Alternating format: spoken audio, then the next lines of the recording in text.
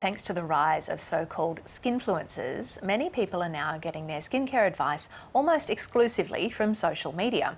And the multi-billion-dollar beauty business is taking full advantage of that by using these influencers to promote their products. At the same time, a growing number of scientists and beauty educators are using the same platform to cut through the hype.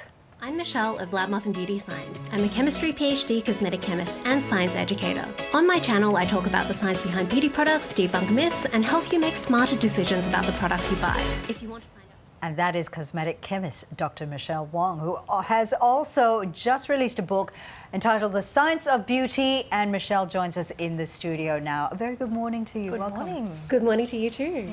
Now, just to be clear, you don't just test drive products, you also promote certain beauty products, but you make it clear when it's an ad or when it's sponsored, is that right? How do you decide which product you would promote?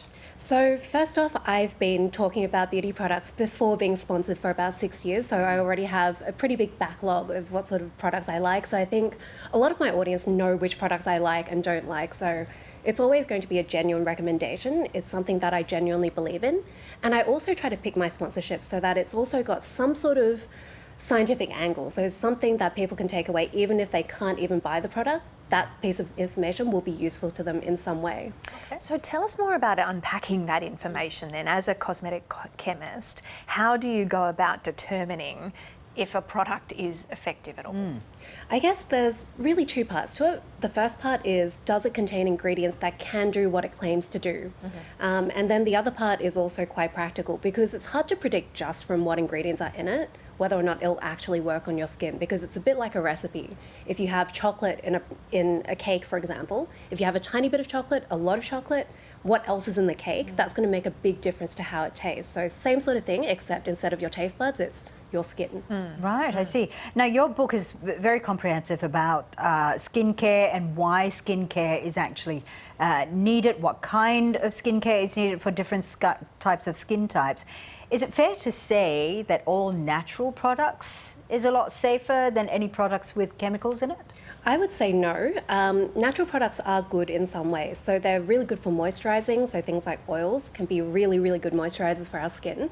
But chemicals aren't dangerous. I mean, if we look at what chemicals are actually in something like a strawberry, if you actually listed them out, it looks a lot scarier. So a lot of the time it is just natural things feel safer, even if they're not necessarily safer. How much misinformation or disinformation is there in the beauty industry? Are we all being taken for a ride? There's so much misinformation, but a lot of it isn't really like technically from the beauty industry, because there are advertising standards that they have to meet, and I mean, they dodge them a bit, but at the same time, there is that sort of risk. A lot of the misinformation actually comes from people who aren't advertising products, because these days anyone can say anything online, and a lot of the time, if you say something unusual, so generally not supported by the evidence, you get a lot more viral, and then you get views, followers, and then that opens you up to like a greater audience, and a lot of people are chasing that. So that has become a much bigger problem in this age of social media. That's the thing, isn't it? I mean, you open up your social media and then you come across this latest thing that everyone's talking about, and because it's gone viral. So how do you ensure, as the customer, that this is a genuine product, that it would help you? It's pretty tricky, but I think a lot of the time the advice I give is to, if you see a piece of information that you're not sure about, look at the consensus of relevant experts. So think about who would actually know the most about this. A lot of the time with beauty products, it's cosmetic chemists, cosmetic scientists, dermatologists, medical doctors, and then look at what they're saying, if they agree with that. If it's something really unusual, if it's something that causes a lot of fear, makes you feel like quite stressed, so something scary about common products, then that's a red flag to take that piece of information with maybe a heaping of salt. I feel like often the beauty industry tells us about things that are wrong with us, that are actually very normal, and then goes to try and sell us products to fix that thing that they say is wrong, but is actually quite normal. And often for a very high price. Does spending more money make a difference? It can. It really depends on the product, but a lot of the really evidence-based ingredients, they don't cost that much. So you can get really, really good products for a budget price. Like a lot of the drugstore brands, the ones that you just see in the supermarket, they have a lot of research behind them. They have hundreds of scientists behind those products.